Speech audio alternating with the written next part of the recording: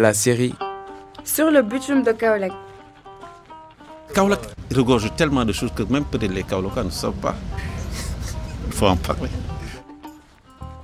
Kaolack dafa bëri bagage dañ ko war a waxtaanee. Nos premiers pas à Kaolack nous avaient conduit à raconter la success story des Jakarta au rythme du déclin de l'arachide. Revenir dans cette ville assourdie par les bruits de moteurs pour rendre audible, cette fois-ci, le pas des marcheurs et marcheuses, relever du défi. Cette histoire aura du bitume, nous avons eu envie d'en dévoiler les multiples facettes. Autrement dit, comment ça marche à Kaolack? Qui marche et pourquoi? Marcher, c'est s'intéresser aux chaussures des marcheurs. C'est parler des pèlerins de la Kofori Niassène. C'est repérer les mouvements de contestation.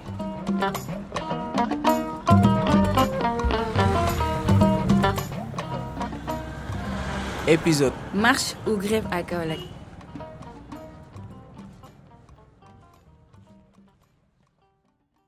À quoi ressemble la contestation à Kaolack, aujourd'hui ville industrielle et universitaire? Mouvement d'humeur, marche de protestation, contre-manifestation, pétition, point de presse, sitting, procès. On pourrait presque faire un inventaire de ces mobilisations.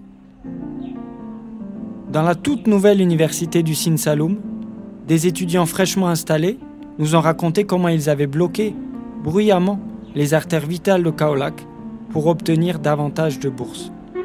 Plus tard, comme s'ils craignaient le pouvoir des mots, les gens de Kaolack nous ont parlé, à voix basse, du combat engagé depuis de longues années par des employés des salins pour améliorer leurs conditions de travail. Et quand nous avons fouillé dans les archives et dans les souvenirs, le goût du sel, de suite, nous a irrité la gorge. Le sel est là, bien présent à Kaolack, de l'autre côté du fleuve Saloum. Blanc et envahissant, éblouissant et inquiétant. Nous disons non, camarades élèves, camarades étudiants, il est temps, lèvons-nous et disons non. Nous disons non, camarades élèves, camarades étudiants, il est temps, lèvons-nous et disons non. Nous disons non, nous disons non. Le premier mouvement du mois, c'était en 2019, tout au début, parce que c'était lié à la question des bourses sociales et pédagogiques. Écoutons un délégué étudiant du campus de Kaolack. Les services sont éparpillés un peu partout dans les 3 villes. Rien que le campus de Kaolack a 6 résidences universitaires qui sont éparpillées dans des quartiers différents. Les services médicaux aussi sont éparpillés. Kaolack, on avait un nombre de 1200, quelque chose comme ça, parce que ici c'est le grand campus. Quand on a vu que notre quota de bourse sociale était trop minime par rapport à nos attentes, on a décidé donc de se faire entendre, de créer un mouvement du mois, donc pour que le gouvernement sache qu'on n'est pas d'accord sur cette décision. Donc première chose qu'on a eu à faire, c'est de faire des démarches de manière passive, organiser des rencontres avec les autorités compétentes. Mais on a vu que c'était un peu difficile.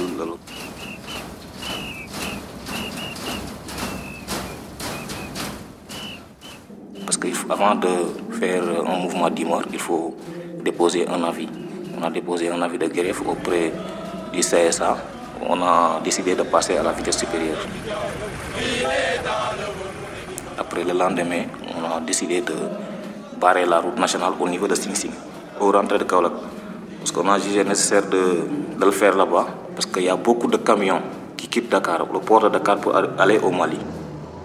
Ça, c'était notre stratégie. Et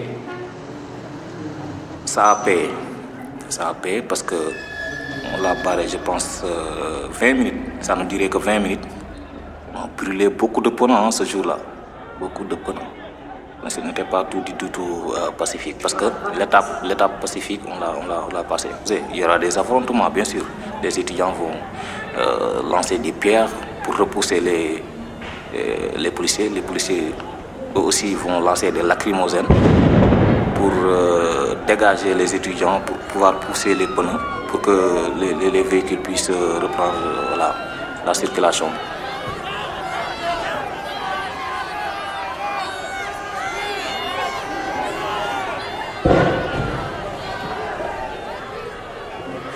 était conscient que la route de Kaolack générait beaucoup d'économies pour l'État du Sénégal. Quand on touche, parce que Kaolack c'est un carrefour. Quand on bloque quelque chose ou une partie où ça fait mal au gouvernement, on savait qu'ils vont réagir. Les camions, ils étaient des spectateurs, parce qu'ils ne pouvaient rien faire, parce qu'ils ne pouvaient pas passer autrefois, parce qu'à Sing Sing, oui, les Jakarta se faufilaient effectivement, parce que c'est facile de trouver une petite voie où passer. Pour les Jakarta, on ne pouvait pas on les laissait partir. C'était environ 9h. 9h. À 9h20, 25, comme ça, il y avait déjà la réaction des autorités. DG de la direction des bourses a appelé.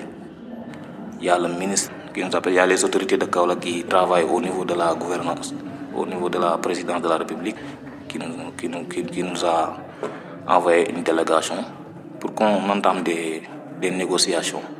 L'objectif a été atteint effectivement parce qu'après ils nous ont appelé autour d'une table pour discuter. Après on a exigé une augmentation du quota et ils l'ont fait. C'est une stratégie payante ici, on peut dire ça au Sénégal, parce que les autorités, ils sont allergiques aux démarches pacifiques, quoi. Ils ne connaissent que ce langage, la violence.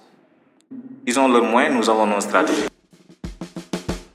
Nous disons non, camarades élèves, camarades étudiants, il est temps, lèvons-nous et disons non.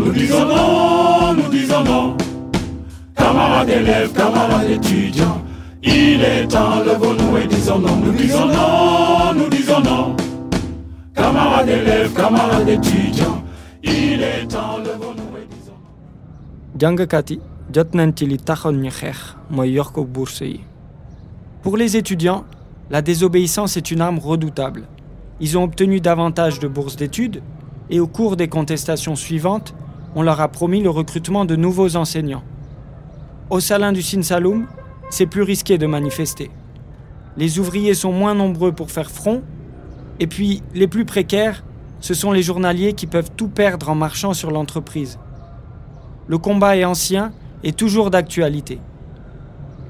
Pour l'occasion, nous avons échangé avec des ouvriers du sel. Écoutons l'un d'entre eux, journalier depuis 6 ans. man nag ab journalier la maa ngi koy def nag lu mat juróom-benni at am na ñoo xamante ni journalier ba jël retraite nekk ci en pagaille léegi nag chaque jour nga nekk ci noonu ñu lay jox sa xaalis te nekkoo am sax contrat ñoom it boo feebaree du ma ne duñ la faj waaye du doon ay feebar yu ndaw yi de faw nga feebar dëggantaan si lañ lay soog a mën a dimbali waaw affaire bu metti daal la ñuy dund foofu da ngay xëy 5 heures du matin yow bu foofu ñëw rang boo ñëwee sax am na nu muy demee gaan billaahi duñ la jël tey ñu jël la suba duñ la jël fayar gi baaxut fayar gi gën a baax fii daal fayar gi gën a baax mooy 3500 dañ ciy góorgóorlu rek bañ a toog kër ga waaw loolu la ñuy dund fi mu toll nii fii nii. Les reproches formulés par cet ouvrier sont édifiants. Le travail est épuisant. Il faut vraiment que tu sois fatigué pour que les salins s'occupent de toi à l'infirmerie. Le travail est mal payé, 3500 francs CFA par jour. Et en plus, il y a l'incertitude de l'embauche. Tu peux te retrouver 25 ans à travailler comme journalier, sans aucun droit. Tu peux être un des premiers dans la file d'attente à 5 heures du matin, après avoir marché des kilomètres, sans être retenu. C'est comme au loto. Et tu repars à pied, parce que tu n'es pas autorisé à emprunter le bus de l'entreprise. Les journaliers n'y ont pas droit. Poursuivons notre enquête sur le combat mené par les ouvriers des salins. Donnons la parole cette fois-ci à un ancien délégué syndical. waaw am nañ chaussure de sécurité léegi dañ ko xeex ba am ko bu njëkk ba amuñu woon loolu au lieu doon donner des tenues de travail dañu doon jox xaalis léegi nag ñun ba ñu ñëwee ak sunu nouveau collège yu délégués syndicaux dañu gis ni on a besoin de tenues de travail non c'était obligatoire xeex ak ñoom ba finalement ñu accordé ko léegi pour les équipements ils le respectent moom ils donnent des tenues de travail, des chaussures de sécurité. À force de lutte, on a enfin obtenu des équipements de sécurité, c'est-à-dire des chaussures et des tenues. Mais ça n'empêche, c'est dur. Les ouvriers triment, en station debout, sous 45 degrés à l'ombre, à côté de l'iote dégagé par les montagnes de sel, quand ils ne doivent pas arrimer des sacs de 25 kilos toute la journée, à raison de 72 tonnes sur 8 heures pour seulement 3030 francs CFA. Nous disons non, camarades journaliers, camarades permanents. Il est temps, lèvons-nous et disons non. Nous disons non à l'exploitation. Camarades journaliers, camarades permanents. Il est temps, lèvons-nous et disons non. Nous disons non. Camarades journaliers, camarades permanents. Il est temps, lèvons-nous et disons non. Nous disons non. Stop à la colonisation. Camarades journaliers, camarades permanents. Il est temps, lèvons-nous et disons non. Et depuis quelques années, il y a des marches maintenant, il y a des syndicats qui ont fait bouger beaucoup de lignes. Ça fait quelques mois, ils ont même intenté un procès. Je ne sais pas, ils les ont renvoyés sans leur droit de manière injuste. Et ils sont allés là-bas pour un procès. Je ne sais pas comment ils ont fini. Mais maintenant, les gens osent les défier en quelque sorte. Ce que pense cet activiste de Kaolack est aussi partagé par la population. am na journalier yu bëri yoo xamante ni buñ nekkee di kaas di wax dañ lay dàq de wax fa dëgg yàlla waaw dañ lay dàq moom waaw gars yi xam nañ bu ñu déggee sax mën nañ ma créer problème. Le 28 mars 2018, 97 journaliers de la nouvelle société des Salins du Sine Saloum étaient licenciés pour avoir dénoncé leurs conditions de travail précaires et la violation du droit du travail. Ils ont saisi la justice pour obtenir réparation et réintégrer l'entreprise avec des contrats à durée indéterminée. Rendant son délibéré le 4 février 2021, le tribunal de Kaolack a condamné la société à verser plus de 2 milliards à ses ex-travailleurs, à raison de 30 millions de francs CFA chacun. L'histoire n'est pas finie. Les Salins ont introduit un recours en vue de casser la décision du tribunal de Kaolack. Les Salins jouent la montre.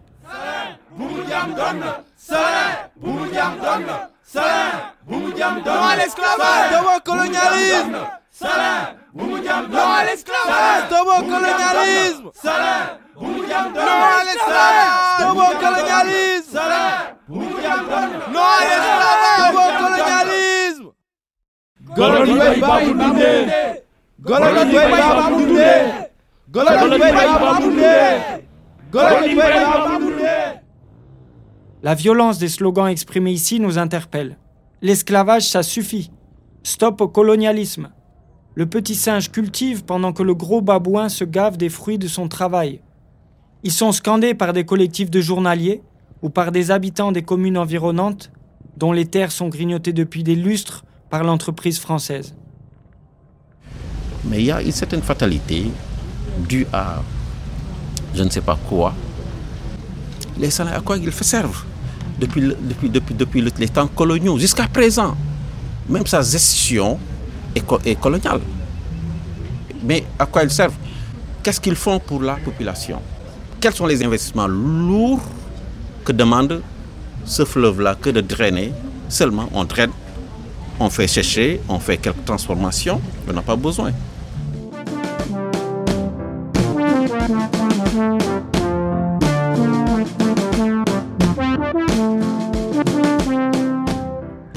Comme le fait remarquer cet activiste, il est temps pour nous de remonter jusqu'aux temps coloniaux et jusqu'au camp pénal de Koutal, dans les environs de Kaolack. Pour cela, nous sommes partis consulter les archives à Dakar.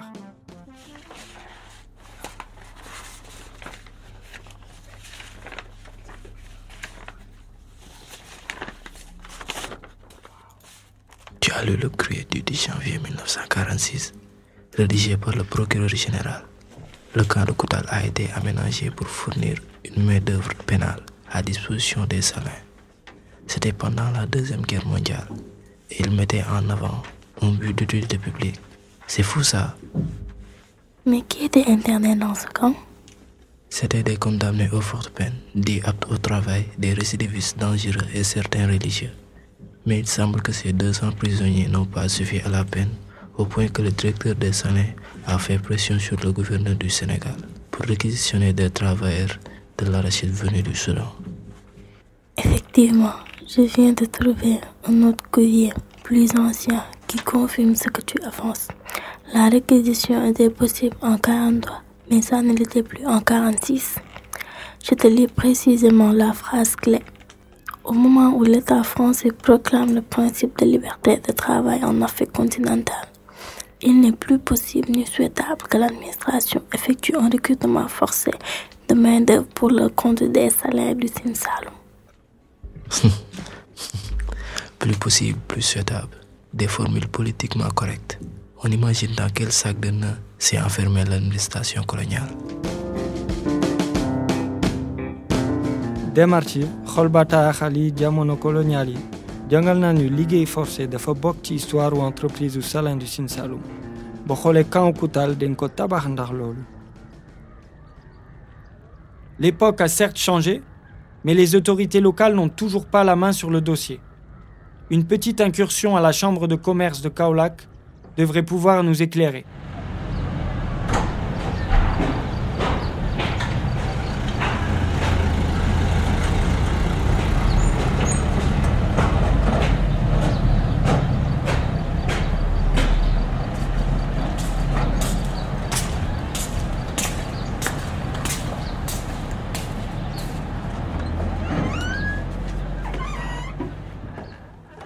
Merci madame de nous donner accès à la salle de lecture. On sait ce qu'on cherche. On ne devrait pas vous déranger trop longtemps.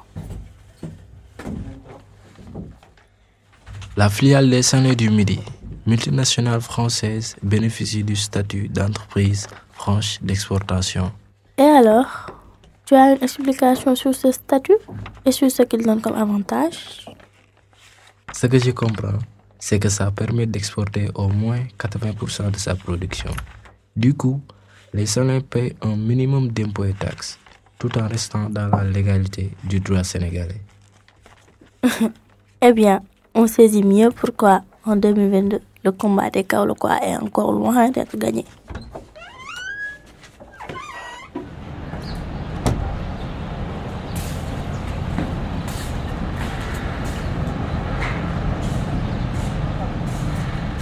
Donnons le mot de la fin à l'activiste.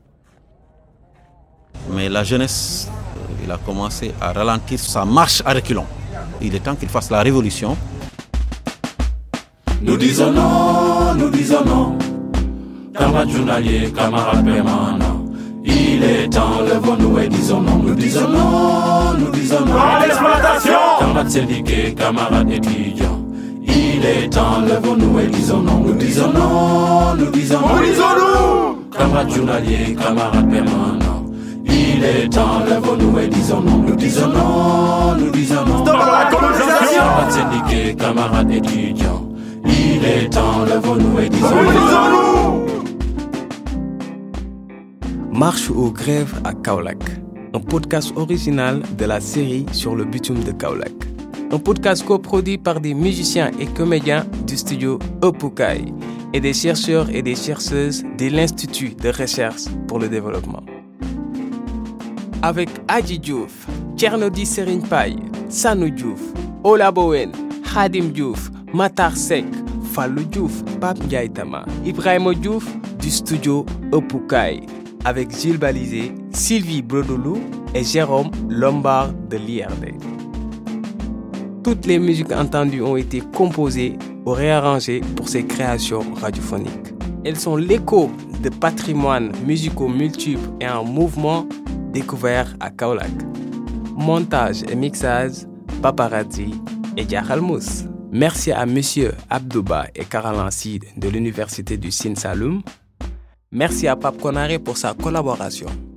Merci également aux ouvriers des Salins du Sine Saloum qui ont souhaité conserver l'anonymat.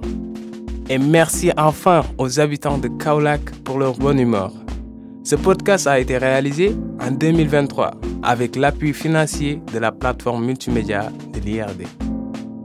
Si vous voulez saisir d'autres facettes de la marche à Kaolack, écoutez l'épisode intitulé « Attachez vos chaussures, radio trottoir sur les meilleures façons de marcher » de la série sur le bitume de Kaolack.